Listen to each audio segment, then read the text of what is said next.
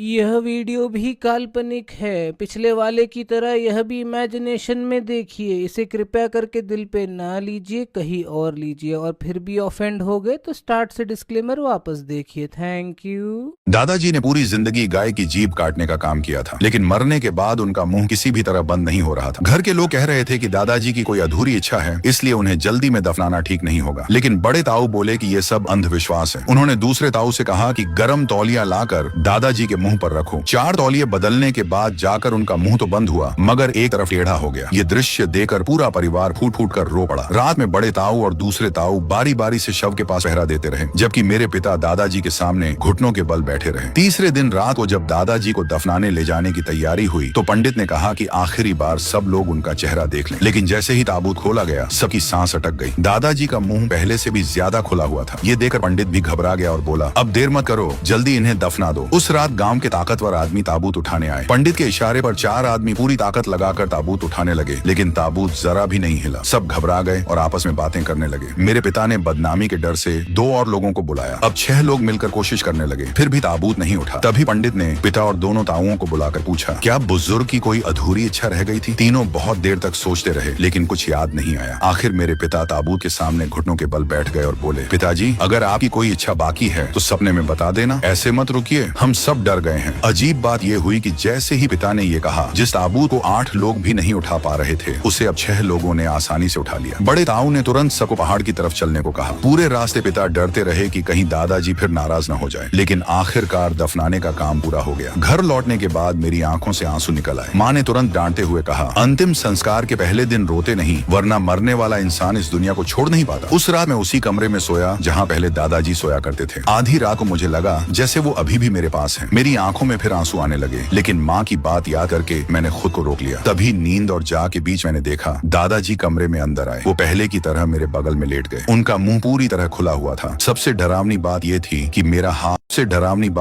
कि मेरा हाथ उनके मुंह के अंदर था। मैं सपना नहीं देख रहा था। दादाजी सच में लौट आए थे, लेकिन उन्हें तो दफना दिया गया था। कुछ देर बाद बड़े ताऊ दौड़ते हुए आए। दादाजी की लाश देखकर गुस्से में चिल्लाने लगे, कौन हरामजादा कब्र खोदकर लाश निकाल लाया? फिर दूसरे ताऊ भी पहुंचे और धीरे से पूछा, अब क्या करें? बड़े ताऊ बोले, क्या करेंगे? सुबह होने से पहले इन्हें फिर से दफना दो और किसी को खबर मत लगने देना। मुझे गांव के किनारे रहने वाले चेन काका को बुलाने भेजा गया। मैं डरते डरते उनके घर पहुंचा और सारी बात बताई। वो भी चिंता में पड़ गए और अपने साथ एक औजार लेकर हमारे साथ कब्रिस्तान चले। जब हम वहां पहुंचे तो बड़े ताऊ लोग पहले से मौजूद थे। मैंने दादाजी की कब्र ध्यान से देखी। कब्र ऊपर से टूटी हुई नहीं थी, बस ऊपर एक छोटा सा छेद था, जिससे मुश्किल से कोई आदमी अंदर बाहर जा सकता था। मैं पास जाकर देखने ही वाला था कि दूसरे ताऊ ने मुझे तुरंत घर लौटने को कहा। मैं कुछ समझा नहीं, लेकिन डर के मारे वापस आ गया। सुबह तक सब काम निपट गया। फिर घर में चेन काका को खाना खिलाया गया, लेकिन पूरे समय उनके चेहरे पर चिंता साफ दिखाई दे रही थी। आखिर बड़े ताऊ ने पूछ ही लिया, क्या बात है, तुम कुछ छिपा रहे हो? तब चेन काका धीरे से बोले, मेरी मानो तो किसी अच्छे पंडित से दोबारा ये कब्र दिखवा लो। इस कब्र में कुछ गड़बड़ है। दूसरे ताऊ ने पूछा, क्यों? चेन काका बोले, अगर कोई चोर बाहर से कब्र खोता तो गड्ढा ऊपर से बड़ा और अंदर जाते जाते छोटा होता, लेकिन तुम्हारे पिता की कब्र में उल्टा है। अंदर का हिस्सा बड़ा है और बाहर का छोटा। मतलब ये रास्ता बाहर से अंदर नहीं खोदा गया, बल्कि अंदर से बाहर निकला गया है। ये सुनते ही गर्मी के मौसम में भी सबके शरीर में सिहरन दौड़ गई। खाना खत्म होने के बाद जब चेन निजियांग चला गया तो दूसरे चाचा बोले कि वे कस्बे में किसी से मिलने जा रहे हैं। लगता था कि वे उसी फेंग शुई मास्टर को ढूंढने गए हैं जिसका जिक्र चेन ने किया था। रात को खाने के समय बड़े चाचा ने सबको बताया कि आज रात वे कब्रिस्तान में पहरा देंगे, ताकि पता चल सके कि आखिर कौन इतना निर्दयी है जो पिता की कब्र खोद रहा है। आखिर वह मेरे दादाजी की कब्र थी। मैं कैसे चुप बैठ सकता था? पिताजी ने मेरा दृढ़ रवैया देखा तो कुछ नहीं कहा। रात का खाना खाने के बाद हम तीनों दादाजी की कब्र पर पहुंचे। तब तक पूरी तरह अंधेरा नहीं हुआ था। बड़े चाचा और पिताजी ने थोड़ी दूर एक अलाव जलाया। वह ठंड से बचने के लिए नहीं, बल्कि हिम्मत बनाए रखने के लिए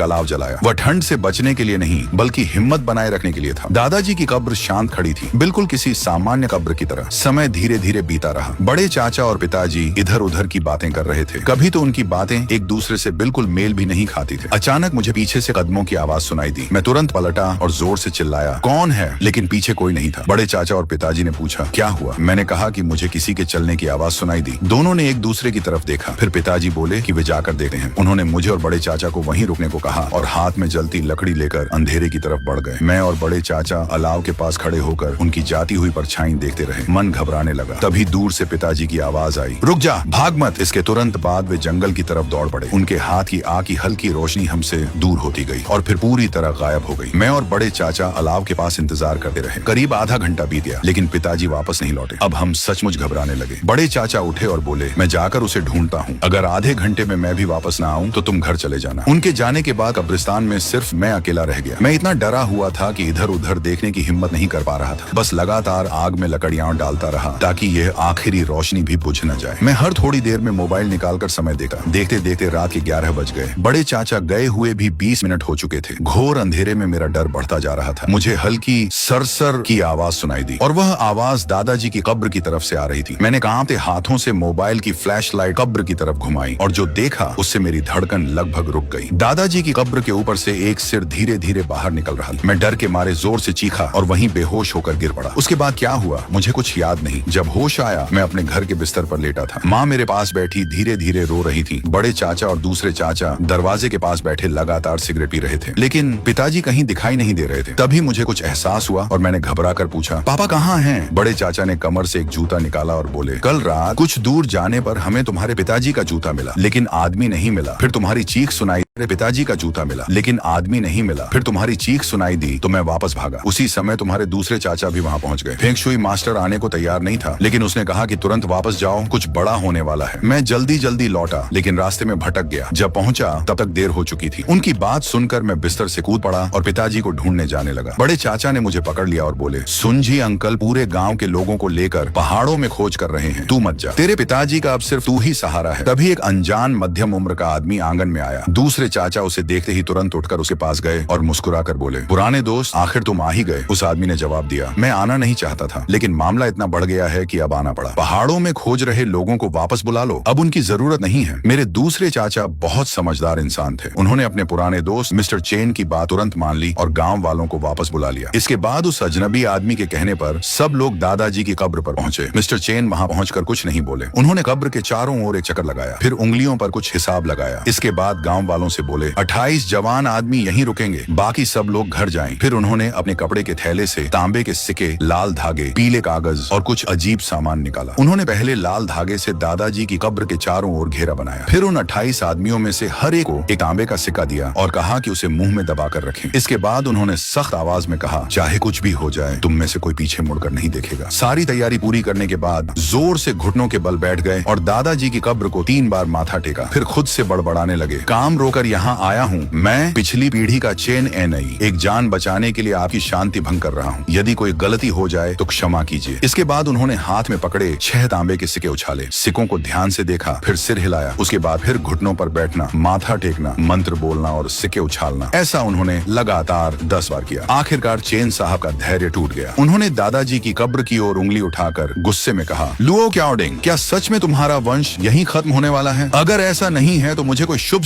सच में तुम्हारा वंश यहीं खत्म होने वाला है? अगर ऐसा नहीं है तो मुझे कोई शुभ संकेत दो। यह कहकर उन्होंने आखिरी बार बाकी सिक्के जमीन पर फेंके। सिक्के गिरते ही वे झट से झुककर उन्हें देखने लगे। इस बार उनके चेहरे पर थोड़ी राहत दिखाई दी। गहरी सांस लेकर वे खड़े हुए और जोर से बोले, कब्र खोदो। ये सुनते ही सबके चेहरे बदल गए। किसी ने सोचा भी नहीं था कि इतनी तैयारी कब्र खोदने के लिए की गई थी। दूसरे चाचा का चेहरा उतर गया और बड़े चाचा ने तो सीधे मना कर दिया। वे चेन साहब पर चिल्लाने लगे लेकिन चेन साहब अपनी बात पर अड़े रहे। उन्होंने सिर्फ इतना कहा, अगर तुम अपने तीसरे भाई को मरते नहीं देखना चाहते तो तुरंत कब्र खोदो। ये सुनते ही बड़े और दूसरे चाचा चुप हो गए और लोगों को कब्र खोदने के लिए बुलाने लगे। तभी चेन साहब ने एक और चेतावनी दी, 9 लोगों की टोली बनाकर बारी बारी से खोदना, बाकी एक आदमी कब्र के सिरहाने खड़ा रहेगा। याद रखना, जैसे ही खुदाई शुरू हो कोई भी बोलना नहीं। अगर किसी के मुंह से तांबे का सिक्का गिर गया तो फिर उसकी किस्मत खुद भगवान ही बचाए। इसके बाद 28 आदमी बारी बारी से कब्र खोदने लगे। कोई कुछ नहीं बोल रहा था, सिर्फ हावड़ों और कुदाल की आवाजें सुनाई दे रही थी। करीब 1 घंटे बाद ऊपर की सख्त मिट्टी हट गई और अंदर का ताबूत दिखाई देने लगा। चेन साहब भीड़ को हटाकर कब्र के पास पहुंचे। ताबूत को देखते ही उनके चेहरे पर चिंता छा गई और वे जोर से चिल्लाए, जल्दी ताबूत खोलो, जल्दी। कुछ मजबूत आदमियों ने मिलकर ताबूत का ढक्कन खोला। अंदर का दृश्य देखकर सबकी सांसें थम गई। ताबूत में मेरे दादाजी नहीं बल्कि 1 दिन से लापता मेरे पिता लेटे हुए थे। उनकी आंखें बंद थीं, दोनों हाथ सीने पर रखे थे और उन्होंने वही हरे रंग के अंतिम संस्कार वाले कपड़े पहने हुए थे जो दादाजी को दफनाते समय पहनाए गए थे। मेरे पिता ताबूत के अंदर कैसे पहुंचे? इतनी भीड़ के बीच कोई उन्हें वहां रख भी कैसे सकता था। और अगर ताबूत में पिताजी थे तो दादाजी का शव कहाँ गया? जल्दी इन्हें बाहर निकालो। सबने मिलकर पिताजी को बाहर निकाला और जमीन पर लिटा दिया। मैं रोते हुए उन पर टूट पड़ा और पापा कहकर पुकारने लगा, लेकिन वे बिल्कुल शांत पड़े रहे, जैसे सचमुच मर चुके हों। उस पल मुझे लगा जैसे आसमान टूट पड़ा हो। चेन साहब ने बड़े चाचा को पिछली रात मिली वह जूती दी और कहा, जल्दी इसे इनके पैर में पहनाओ। फिर बोले कि जूता पहनाते समय मन ही मन कहना, पिताजी घर लौट आइए। उधर चेन साहब आंखें बंद करके धीरे धीरे मंत्र पढ़ने लगे। झूठे जोड़ी में होते हैं रास्ते, धीरे धीरे मंत्र पढ़ने लगे। झूठे जोड़ी में होते हैं रास्ते दो होते हैं, एक यिन का एक यांग का। मरे हुए आत्माओं की राह अलग होती है, जीवितों की राह अलग। मंत्र खत्म होते ही उन्होंने अचानक आंखें खोली और पिताजी के माथे पर जोर से एक थप्पड़ मारा। हैरानी की बात यह थी कि उसी पल पिताजी झटके से उठकर बैठ गए। आस पास खड़े गांव वाले डर कर कई कदम पीछे हट गए। तुम लोग मुझे ऐसे क्यों देख रहे हो? होश में आने के बाद पिताजी की पहली बात यही थी। पिताजी की समस्या सुलझने के बाद भी चेन साहब ने सबको जाने नहीं दिया। उन्होंने कहा कि कब्र को तुरंत वापस भर दिया जाए, लेकिन बड़े और दूसरे चाचा ने रोकते हुए कहा, क्या पहले दादाजी का शव मिल जाने दो फिर दोबारा दफन करेंगे? चेन साहब ने सख्त आवाज में कहा, नहीं, इस जगह पर अब किसी को दफन नहीं किया जाएगा। बड़े चाचा बोले, लेकिन ये जगह तो खुद पिताजी ने अपने जीते जी चुनी थी। उन्होंने कई बार कहा था कि मरने के बाद उन्हें यहीं दफनाया जाए। अब आप कह रहे हैं कि यहाँ दफन नहीं कर सकते, तो फिर क्या करें? चेन साहब ने फिर दृढ़ आवाज में कहा, मैंने कहा ना, यहाँ किसी को दफन नहीं किया जाएगा, जल्दी कब्र भर दो। इस बार ज्यादा देर नहीं लगी। जब आखिरी फावड़ा मिट्टी कब्र पर डाला गया तब तक सूरज डूब चुका था। मिस्टर चेन ने मेरे पिताजी के पहले पहने हुए शोक वस्त्र को कब्र के ऊपर रखकर आग लगा दी और वह पूरी तरह जलकर राख हो गया। तभी मिस्टर चेन ने फिर सबको बुलाया और कहा कि दादाजी की कब्र के पत्थर को उल्टा करके गाड़ दो। ये सुनकर मेरे पिताजी सबने मना कर दिया। गांव में तो बच्चे भी जानते थे यह कहावत, पत्थर का सिर आसमान की ओर हो तो आत्मा स्वर्ग जाती है और जमीन की ओर हो तो नरक में गिरती है। लेकिन मिस्टर चेन अपने फैसले पर अड़े रहे। उन्होंने कहा, अगर तुम लोगों ने पत्थर उल्टा नहीं किया तो आगे कोई मुसीबत आई तो फिर मुझे मत बुलाना। तब किसी ने कहा, चलो मिस्टर चेन की बात मान लेते हैं, देखो अंधेरा होने वाला है, जल्दी यह काम खत्म करो। अगर पूरी तरह रात हो गई तो पता नहीं और कैसी मुसीबत आ जाए। और बाबा तो बार बार पुराने घर से बाहर रेंग कर आ रहे हैं, तुम लोगों को डर नहीं लगता तो क्या तेरा शिसान को भी नहीं लगेगा? बड़े चाचा और पिताजी ने मेरी तरफ देखा लेकिन कुछ नहीं बोले, बस सिर झुका लिया, यानी मान गए। दादाजी की कब्र बड़ी नहीं थी, इसलिए 3-4 लोगों ने कुछ ही मिनटों में काम खत्म कर दिया। तभी मुझे लगा कि अभी से ज्यादा गहरा अंधेरा छा गया है। मैंने देखा कि मिस्टर चेन ने अपने पैरों से दोनों जूते उतारे, हर हाथ में एक जूता पकड़ा। मुझे लगा कि अभी से ज्यादा गहरा अंधेरा छा गया है। मैंने देखा कि मिस्टर चेन ने अपने पैरों से दोनों जूते उतारे, हर हाथ में एक जूता पकड़ा, उन्हें ऊंचा उठाया और कब्र के पत्थर पर जोर से पटका। 3 बार मारने के बाद उन्होंने आसमान की ओर सिर उठाकर जोर से कहा, मिट्टी में मिलकर शांति पाओ, धरती पर गिरकर जड़ पकड़ो। उनकी आवाज खत्म होते ही मुझे आसपास सरसराहट की आवाज सुनाई देने लगी। शुरू में वह आवाज बहुत हल्की और दूर थी, लेकिन धीरे धीरे तेज होती गई और हमारे करीब आने लगी। अब आसपास के बाकी लोगों ने भी वह आवाज सुन ली थी और सबके चेहरे पर डर साफ दिख रहा था। जिन ताकतवर आदमियों के हाथ में फावड़े थे वे भी लड़ाई के लिए तैयार हो गए। चारों तरफ की घास हिलने लगी जैसे उसके अंदर से कुछ बाहर निकलने वाला हो। फिर एक तरफ की झाड़ी अचानक खुली और उसमें से एक काला सा जीव बाहर निकला। चूहा! भीड़ में किसी ने चिल्लाकर कहा। उसके बाद चारों दिशाओं से झुंड के झुंड चूहे हमारी तरफ दौड़ पड़े। उनकी आंखें खून जैसी लाल चमक रही थी। वे सीधे हमारे पैरों के बीच से भागते हुए कब्र के पास जाकर रुक गए और देखते ही देखते कब्र को चारों ओर से पूरी